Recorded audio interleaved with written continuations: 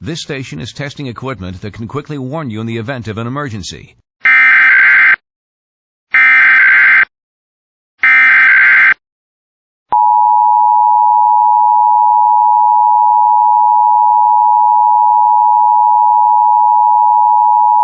Regular de esta emisora para realizar la prueba semanal del sistema de alerta de emergencias para Puerto Rico y las Islas Vírgenes estadounidenses.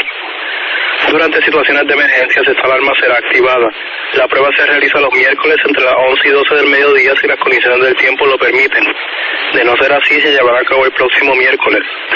The National Weather Service in San Juan has interrupted the normal broadcast to conduct a weekly test of the emergency alert system for Puerto Rico and the U.S. Virgin Islands.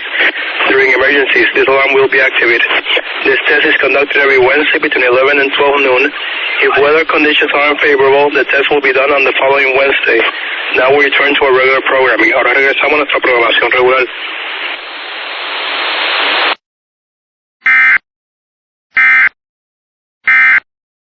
This concludes this test of the emergency alert system.